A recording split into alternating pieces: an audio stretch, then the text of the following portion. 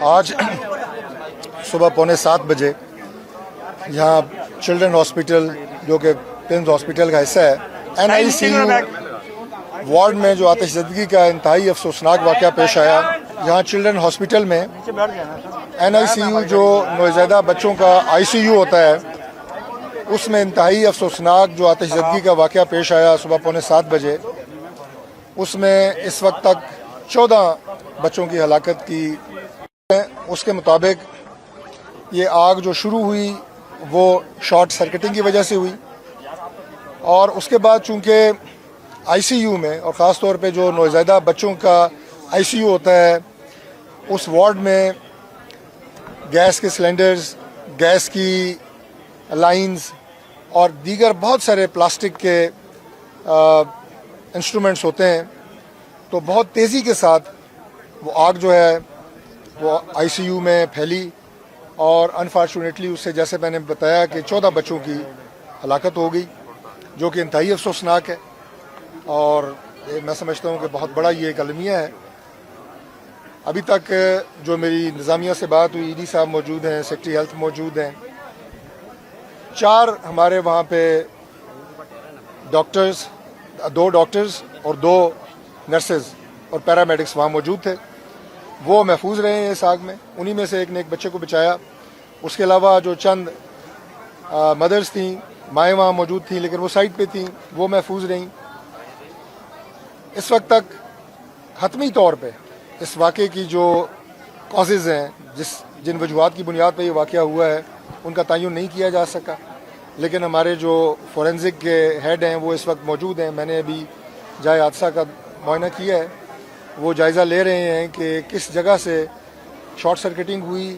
کچھ لوگ یہ بھی کہہ رہے ہیں انہی میں سے کہ جو ایئر کنڈیشنڈ ہیں ان کا کمپریسر میں دھماکہ ہوا ہے اور اس کے بعد آکسیجن لائنز میں یہ آگ پھیلی ہے. بہرحال یہ بات طے ہے کہ یہ دھماکہ شارٹ سرکٹنگ سے ہو یا ایئر کنڈیشن کے کمپریسر سے ہو.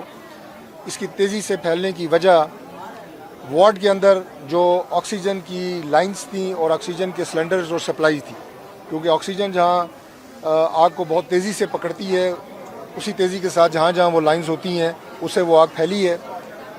جن بچوں کی بدقسمتی سے جو جاں باک ہوئے ہیں، نوزائیدہ بچے جو کسی کی عمر چند گھنٹے تھی، کسی کی عمر کوئی 1 دن تھی، ان کی زیادہ جو ہلاکتیں ہوئی ہیں وہ دم گھٹنے سے اور جو اس کے اندر ایک وہ پلاسٹک کے جلنے کی وجہ سے وہاں پہ جو دھواں اکٹھا ہو گیا تھا اس کی وجہ سے.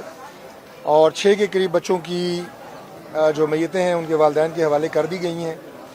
اکثریت جو ہیں وہ ان کی جو باڈیز ہیں وہ مسک نہیں ہوئی ہیں اور شناخت کے بعد وہ والدین کے حوالے 6 ہو چکے ہیں. باقی ابھی حوالے کی جا رہی ہیں. منسٹر آف پاکستان کی خصوصی ڈائریکشن کے اوپر وائس چانسلر صاحب کی سربراہی میں تحقیقاتی کمیٹی تشکیل دے دی گئی ہے اور اس کے علاوہ جو ہماری اسلام آباد کی انتظامیہ ہے انہوں نے بھی ڈپٹی کمشنر صاحب کی سربراہی میں ایک تحقیقاتی کمیٹی تشکیل دی ہے. میں آپ کو یقین دلاتا ہوں کہ اگر اس واقعے میں کسی بھی انتظامیہ کی، جو میں پمز کی بات کر رہا ہوں، اگر کوئی غفلت پائے گی تو انتہائی سختی کے ساتھ اسے قرار واقعی سزا دی جائے گی. یہ ایک ایسا واقعہ ہے، اتنا افسوسناک اور اندوناک واقعہ ہے کہ اس کے اوپر کسی کی بھی غفلت، کسی کی بھی سستی کو بالکل برداشت نہیں کیا جائے گا. اور اگلے 24 گھنٹوں کے اندر یہ رپورٹ جو ہے وہ پرائم منسٹر نے طلب کی ہے اور میں خود بھی جا کے ابھی انہیں بریف کروں گا. آج صبح عید میلاد النبی کا ایونٹ تھا، کانفرنس تھی جناح کنونشن سینٹر میں اور پرائم منسٹر صاحب وہاں پہ انہوں نے تشریف لے کے آنا تھا. تو میں صبح 9 بجے وہاں پہ گیا اور وہاں پہ مجھے اطلاع ملی تو پرائم منسٹر صاحب کے آنے سے پہلے میں یہاں پمز آ گیا فوری طور پہ. میرے ساتھ فرا اکبر صاحب ہیں، ہماری MN ہیں اسلام آباد سے، اور ابھی جا کے ہم پرائم منسٹر صاحب کو جو ابتدائی رپورٹ ہے وہ دیں گے اور جتنا بھی اس پہ افسوس کا اظہار کیا جائے وہ کم ہے. سر آج کے دن عید میلاد النبی اور یہ واقعہ محض اتفاق ہے. جی آج جشن عید میلاد النبی اور یہ اس طرح کا سانحہ یہ محض اتفاق ہے، اس پہ کیا کہیں گے؟ دیکھیں یہ ایک حادثہ ہے جی، یہ بڑا ایک افسوسناک حادثہ ہے. اکوپمنٹ کوئی موجود نہیں تھا.